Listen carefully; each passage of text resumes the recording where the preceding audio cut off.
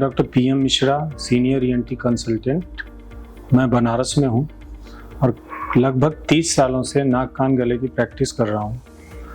कुछ हमारे कॉमन कान की, नाक की, गले की प्रॉब्लम होती है जिनको अमूमन हमें समझ में नहीं आता। उसमें एक प्रॉब्लम है टिनाइटस।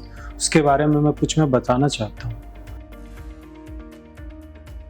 टिनाइटस सबसे पहले जानिए कि एक बीमारी नहीं है, ये एक सिम्टम है। ये किसी बीमारी की वजह से होती है और we can explain it as a the patient hear abnormal type of sound in ear when there is no external approach of sound. मतलब बाहर कोई साउंड नहीं होगी और मरीज को एक कान में अलग अलग तरह की आवाज आएगी, जो विशलिंग भी हो सकती है, हिसिंग भी हो सकती है, कई तरह की आवाज आती है और उसे लगता है कि कान में कुछ है, बट बेसिकली कान में कुछ नहीं होता है।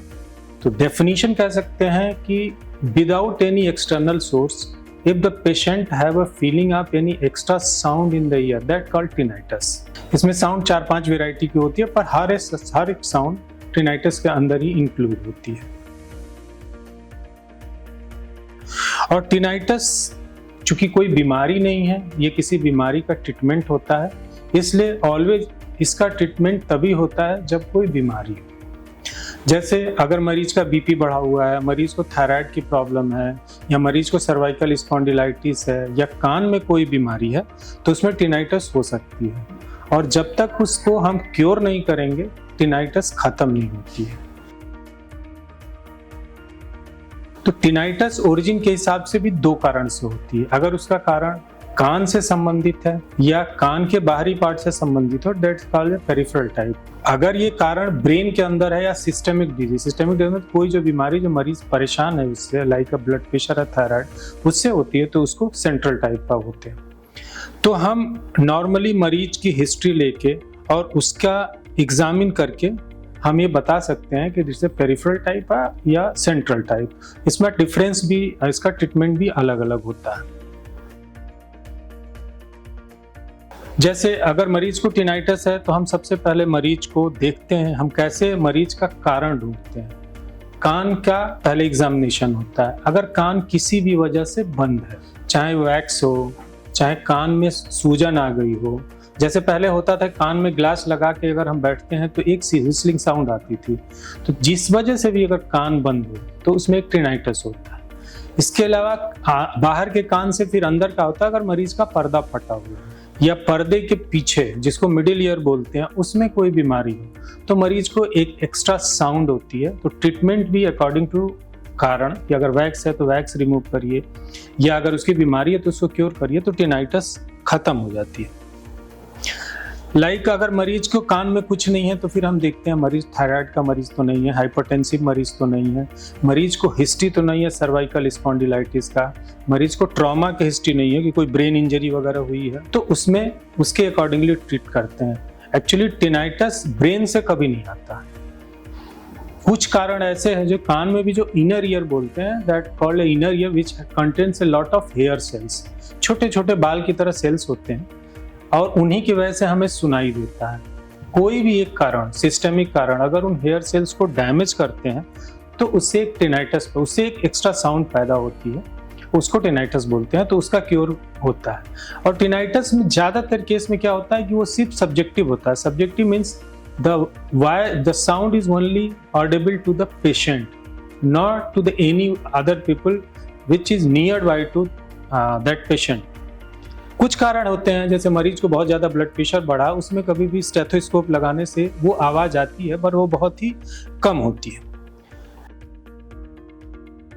मेन बात है, अगर टिनाइटस को ट्रीट नहीं किया, और नॉट ट्रीटिंग टिनाइटस प्रॉपरली और accordingly timely, the most common complication of this is hearing loss. कुछ समय बाद मरीज को कम सुनाई देने लगता है, और टिपिकली जो कम सुनाई देता है वो हाई फ्रीक्वेंसी लॉस होता है। हाई फ्रीक्वेंसी लॉस मीन्स मरीज को पतली आवाज में सुनने में प्रॉब्लम होगी और मोटी आवाज, लाइक मेल वॉइस उसे सुनाई देगी पर फीमेल वॉइस उसे सुनाई नहीं देगी। ये ज्यादातर केस में यही होता है।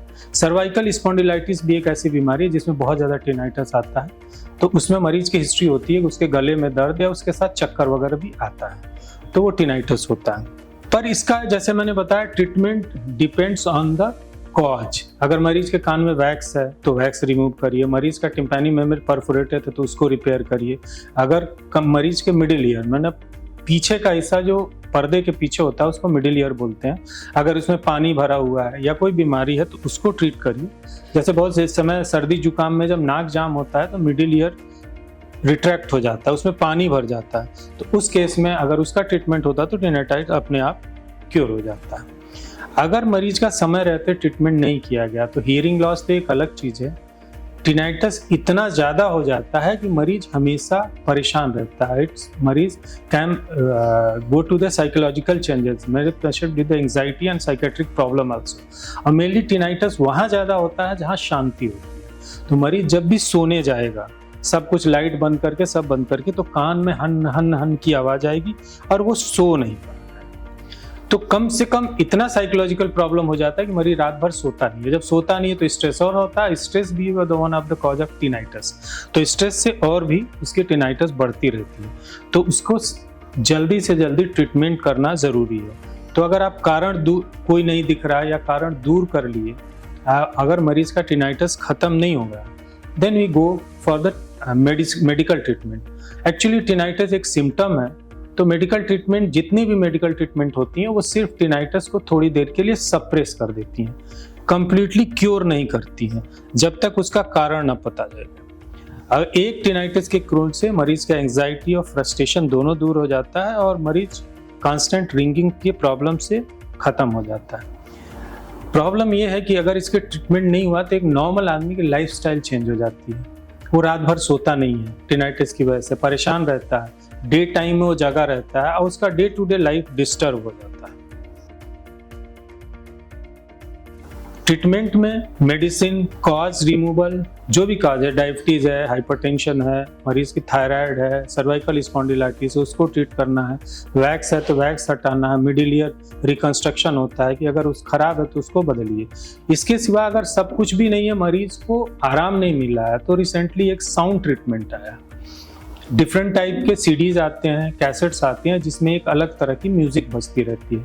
मरीज को कहा जाता है कि कान में लगा के म्यूजिक और रात में सो जाओ, तो जब बाहर की कोई आवाज़ आती है तो टिनाइटिस ऑटोमेटिकली कम हो जाता है। जिसके पास वो कैसेट नहीं है और कोई फैसिलिटी नहीं है, तो हम लोग सिर्फ बोलते हैं कि बाहर जब भी सोने जाओ, according to your choice you can play a normal sound song में, प्ले अ रिचुअल सॉन्ग, कोई भी भजन बुला दो, अपने तरह का गाना बजा दो। जब ये होता है बाहर तो साउंड कम हो जाती है, जिसे मरीज और घर वालों को बोलते हैं जब ये सो जाए तो हटा दें। तो ये सब कारण है टिनाइटिस के, ट्रीटमेंट है, पर आपको अपने आप कुछ नहीं करना है। अगर लग रहा है कि प्रॉब्लम ज़्यादा है तो please go to the doctor, find the cause of tinnitus and then get cured. Thank you.